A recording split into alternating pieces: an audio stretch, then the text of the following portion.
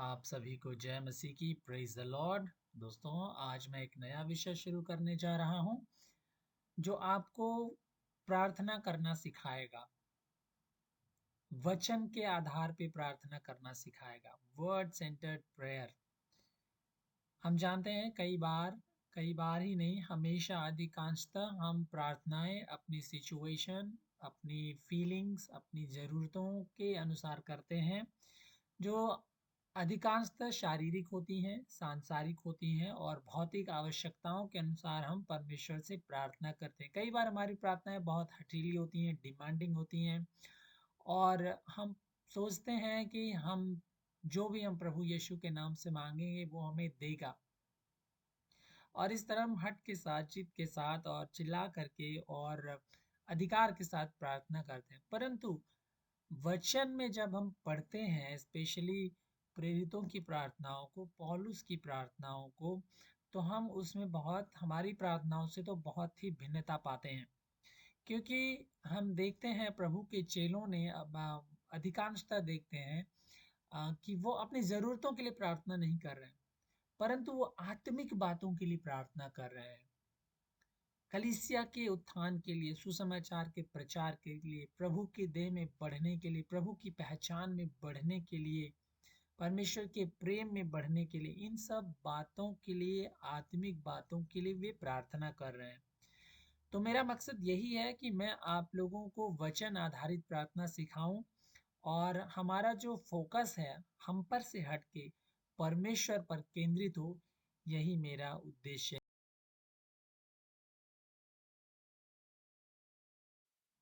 आइए हम देखें कि हमें किस प्रकार प्रार्थना करना चाहिए। तो पहला जो शीर्षक आज हमारे सामने है वो है अपने पक्षधर, अपने वकील को निष्कपटता से निहारना। अडोरिंग जीसस अवर एडवोकेट अनरिजर्वेडली।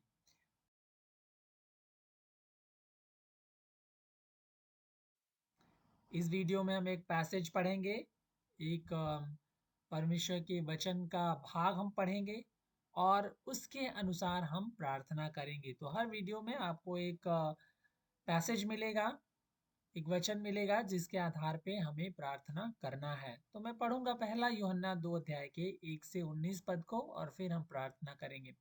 हे मेरे बच्चों, मैं ये बातें तुम्हें इसलिए लिख रहा हूँ कि तुम पाप ना करो। परंतु यदि कोई पाप करता है तो पिता के पास हमारा एक सहायक है, अर्थात यीशु मसीह जो धर्मी है।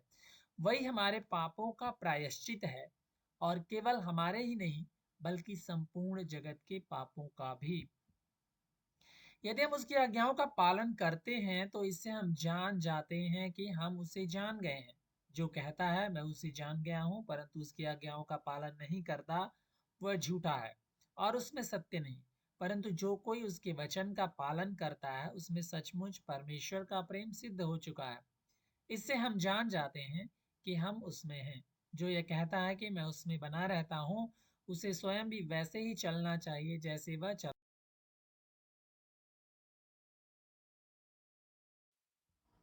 हे प्रियो, मैं तुम्हारे लिए कोई नई आज्ञा नहीं परंतु वही पुरानी आज्ञा लिख रहा हूँ जो तुम्हें आरंभ से मिली है। यह पुरानी आज्ञा वह वचन है जो तुमने आरंभ से सुना है। साथ ही मैं तुम्हें एक नई आज्ञा लिख रहा हूँ जो उसमें और तुम में सच्ची है, क्योंकि अंधकार मिटता जा रहा है और सच्ची ज्योति अब चमकने लगी है। जो यह कहता है कि मैं ज्योति में हूँ परंतु अपने भाई से घृणा करता है, वह अब तक अंधकार में है। जो अपने भाई से प्रेम रखता है वह ज्योति में बना रहता है और उसमें ठोकर का कारण नहीं। परंतु जो अपने भाई से घृणा करता है वह अंधकार में है और अंधकार में चलता है और नहीं जानता कि वह कहाँ जाता है, क्योंकि अंधकार ने उसकी आंखें अंधी कर।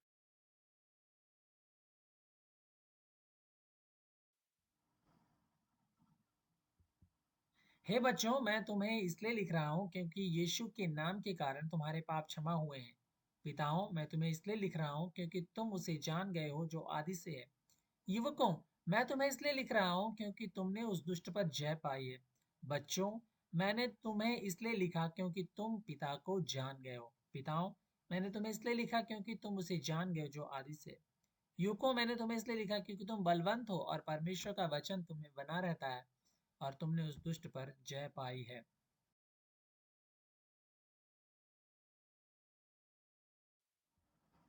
संसार से प्रेम न रखो और न संसार की वस्तुओं से। यदि कोई संसार से प्रेम रखता है तो उसमें पिता का प्रेम नहीं है, क्योंकि जो कुछ संसार में है, अर्थात शरीर की अभिलाषा, आंखों की लालसा और धन संपत्ति का घमंड, वह सब पिता की ओर से नहीं बल्कि संसार की ओर से है। संसार और उसकी लालसाएं मिटती जाती हैं, परंतु जो सब परमेश्वर की इच्छा पर चलता है वह सदा बना रहेगा। हे बच्चों, यह अंतिम घड़ी है और जैसे तुमने सुना था कि मसीह विरोधी आने वाला है, वैसे अब बहुत से मसीह विरोधी आ चुके हैं। इससे हम जानते हैं कि हम अंतिम घड़ी में हैं। वे हम में से निकले पर हमारे नहीं थे, क्योंकि यदि वे हमारे होते तो हमारे साथ बने रहते, परंतु वे इसलिए निकले कि यह स्पष्ट हो जाए कि वे सब हमारे नहीं हैं।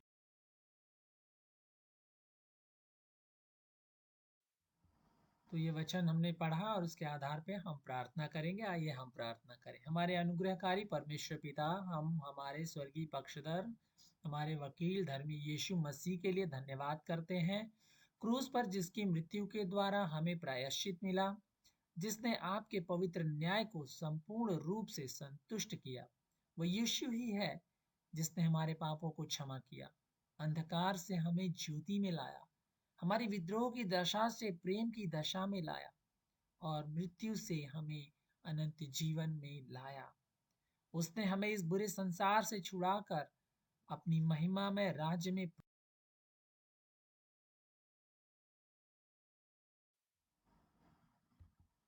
हे पिता, हम आपका धन्यवाद करते हैं कि आपने अपने इकलौते पुत्र को हमारे लिए इस संसार में भेजा, जो हमारे पापों के प्रायश्चित के लिए तिरस्कृत किया गया, जिसने सब प्रकार का ठट्ठा सहा और क्रूस की मृत्यु भी सह लिया। पिता, आपने अपने पुत्र के द्वारा हमसे अनंत प्रेम किया, जो आपकी दयापूर्ण क्षमा के साथ यीशु मसीह में विश्वास करने के द्वारा हम तक पहुंचता है। जो हम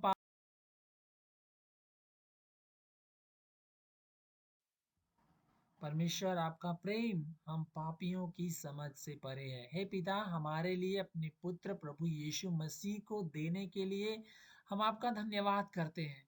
हम आपका धन्यवाद करते हैं कि आपने अपने उद्धार को हमें प्रदान किया। हे पवित्र आत्मा, हम आपका धन्यवाद करते हैं कि आपने हम पर सुसमाचार के सत्य को प्रकट किया और हमें अपना निवास स्थान बनाया।